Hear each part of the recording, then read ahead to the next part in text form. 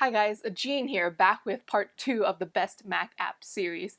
In this video, we're going to be covering 4 best paid Mac apps that you can buy right now. If you haven't already checked out part 1 of this series, which is Best Free Mac Apps, I'll go ahead and leave a link in the description down below, as well as link an iCard right here. Now let's go ahead and just jump right into it.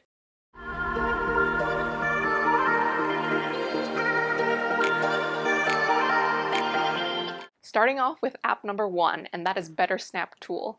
It's in the App Store for $2.99, which is basically $3, but it's an app that will help you manage your windows. So one of the things that I've noticed when I was migrating from Windows to Mac was that there's no functionality there to be able to snap windows to the left and to the right to have your split screen.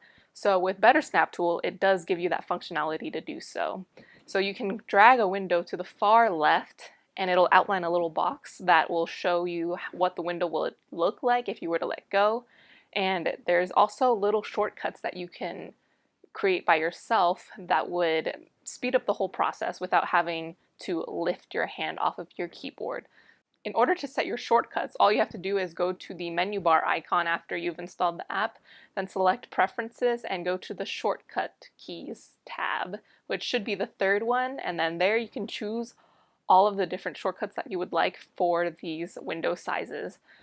One of the nice things about Better Snap Tool is that you can disable some of these features.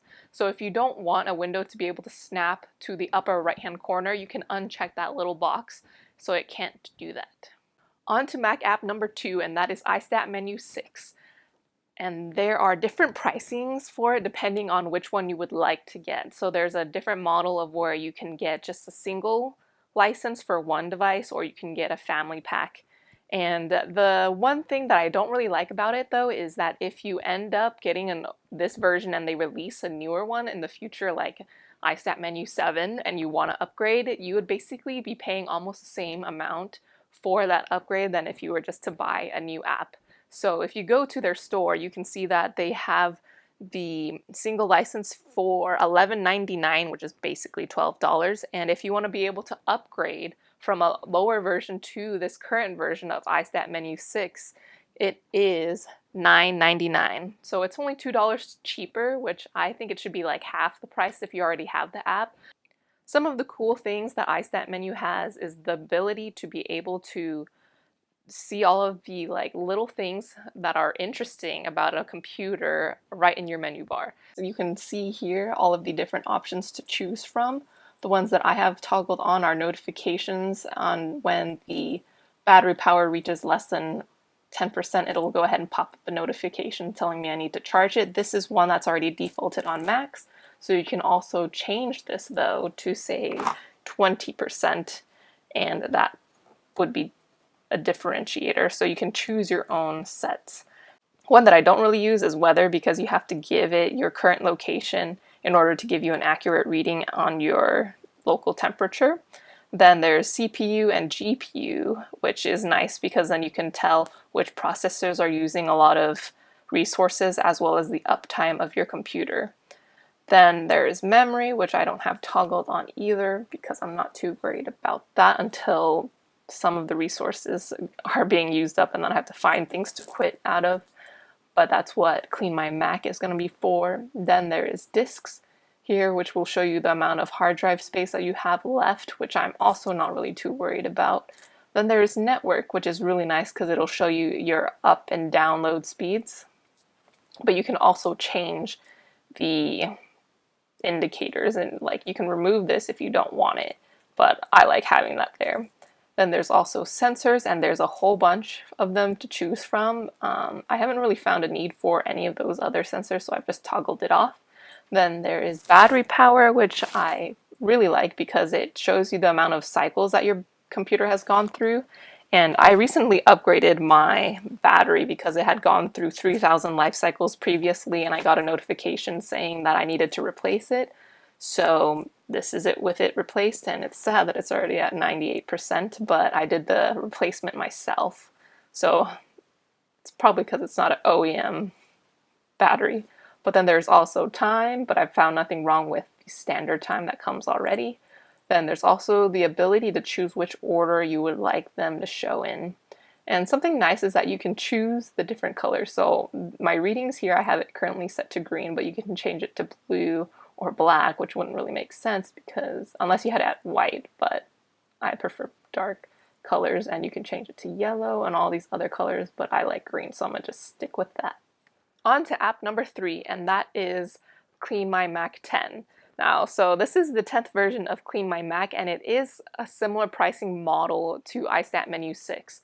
So there's the option to buy just a single term license, or there's also the family pack, but they've broken it down even more where you can get either just the single license or you can get a 1-year subscription. So if you decide maybe you might not need it in the future and you just have a Mac right now that you want to clean, then you can go with that option, or you can just get the single term license. So here we have CleanMyMac menu bar here, and it gives you a lot of information, but we're just going to go ahead and use it to launch the app.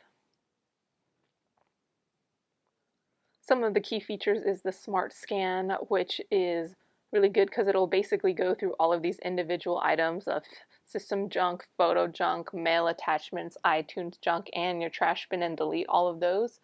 It has a malware removal tool where you can go ahead and run through all of these different things and see if your computer is vulnerable. There are some privacy things that you can do, like scan, but then it requires you to close some of your browsers. So we're going to go ahead and skip that. Then there is also optimization, which allows you to do various things such as remove some login items and disable some of them to make your computer a little bit faster. Then there's maintenance, which is really nice, like free up RAM, run maintenance scripts, flush DNS cache. And with uninstaller, it's really nice because of the way it breaks it down, because you can sort it by unused, or if there's like 32-bit downloads that you have and you want to install the 64-bit ones, as well as it breaks it down based off of the developer. Then there's updater to find which apps you need to update.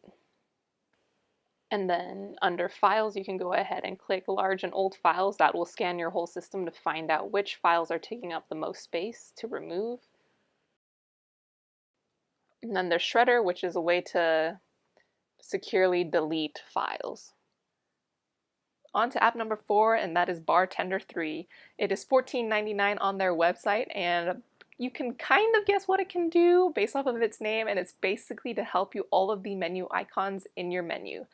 So in that little menu bar at the very top of your iMac or MacBook Pro or whatever you have, it'll have a whole bunch of different icons, whether it be the date and time, the battery, and all of the network, Dropbox, Evernote is just some of the things that I have.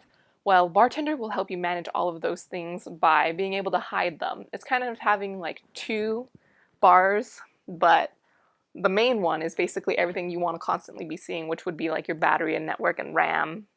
And then some of the secondary things that you would like to see is behind it after you would click on this little menu bar item. And you can choose which apps individually you would like to hide from view. The reason why Bartender 3 is nice is because with my current situation, I have apps taking over half of the menu bar icon, and especially when you're opening an app like Final Cut Pro, which has another like a huge menu bar, but on the left side they collide. So there are some little apps that you might not be able to see that you need, and you can just click and drag your menu icons to a different location, but I've just found it easier to use Bartender 3. Thank you guys so much for watching my video on the best Mac apps. If you like to, go ahead and smash that thumbs up button. And if you want to see content similar to this, go ahead and smash that subscribe button as well as the notification bell to get notifications on when I upload a new video. And just a reminder, if you haven't watched my best free Mac apps video, I'll go ahead and leave a link in the description down below as well as an iCard right up there. Till then, see you guys next time.